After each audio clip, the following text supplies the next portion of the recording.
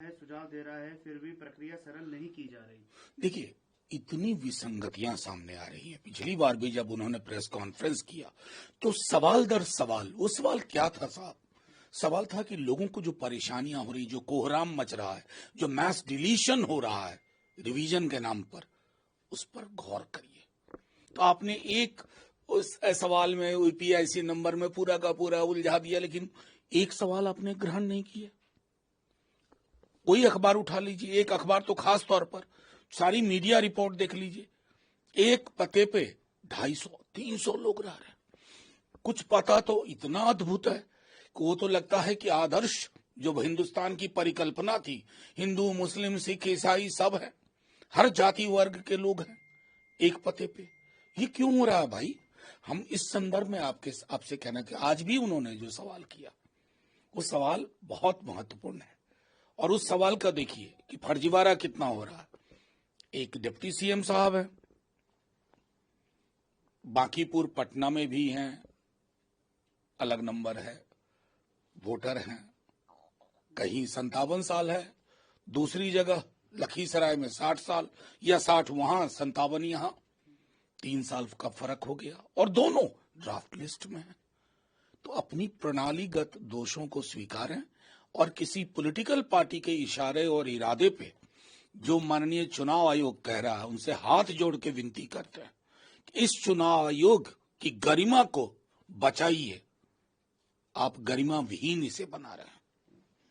Sir, यहाँ तक कि एसआईआर के बाद भी बिहार के डिप्टी सीएम का नाम 2 जगह वोटर लिस्ट में शामिल है। देखिए, उसी संदर्भ में उन्होंने कहा, जिसका जिक्र मैंने पहले किया, दोबारा दोहरा रहा हूं, ये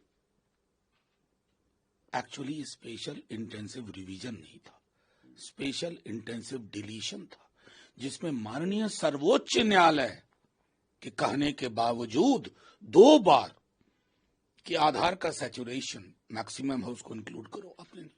इसलिए कह रहा हूं, आपके इशारे इरादे कोई और सेट कर रहा है, जो चुनाव आयोग में नहीं बैठा है। लेकिन चुनाव आयोग में कौन बैठेगा इसका फैसला करता है। उस संदर्भ में तेजस्वी जी ने कहा, अब नोटिस दो।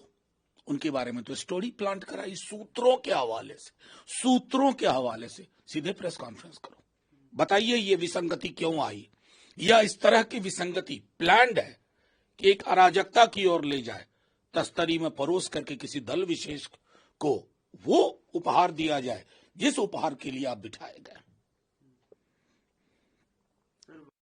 खत्म करने वाला। देखिए, मैं एक बात कहूं, जब हमारी सेना बोलती है, चाहे सिंदूर के ठीक पश्चात व्योमिका और सोफिया कुरैशी जी की ब्रीफिंग हो, या कल जो ब्रीफिंग हुई है, कल जो, हमारा मानना है कि सेना पर तो कभी कोई सवाल ही नहीं उठा और न उठेगा। देश की सेना होती है, किसी पॉलिटिकल पार्टी की सेना नहीं होती है। हमारी ही सेना ने बांग्लादेश का निर्माण किया था। दिक्कत है पॉलिटिकल डिसीजन मेकर्स से कि अगर हम इतने फोर्सफुली आगे बढ़ रहे थे, who stopped us, what stopped us. और फिर उसके बाद अमेरिकन प्रेसिडेंट के जिस तरह से लगातार बयान आते रहे, वो देश के लिए चिंता का सबब है। और मैंने सदन में भी ये बात कही थी, मैंने तो यहां तक कहा था कि एक निंदा प्रस्ताव लाइए, कम से कम प्रधानमंत्री ना बोले, ना बोलना चाहते हैं अगर, तो सदन तो बोले। सदन तो पक्ष विपक्ष दोनों का है, सवाल वहां है, बाकी कहीं कोई सवाल नहीं।